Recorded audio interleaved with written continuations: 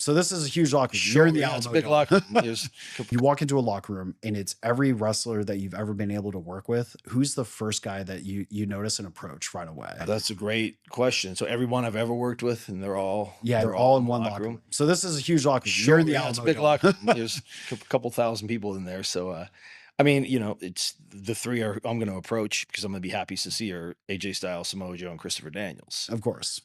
My three best friends I've had in the business, like and I've been fortunate to have some very good friends and some very good opponents. But like in that sea of people, those three, Yeah, there's a brotherhood That's at my that point. exactly. We travel the roads up and down together, and in cars and bars, and good times and bad times. So it's like those guys are the first I'm gonna pick out of that crowd and just come here, give me a hug. Those.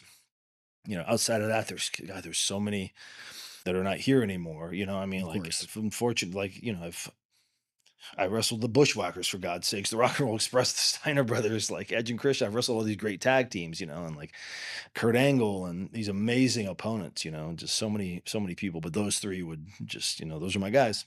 Yeah, Yeah, exactly. yeah, You have a connection to them yeah, that's deeper than just wrestling in of itself. sure, yep, Most of the connection would probably be wrestling related. These yep. guys are more like life I mean, that's related. like those three guys I mentioned. That was my groomsman.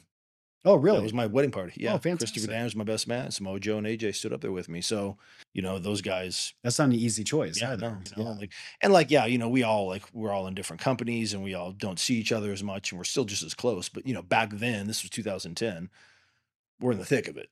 So, it was like those guys, I was closer to them than I was my own family. So that was an obvious choice for me.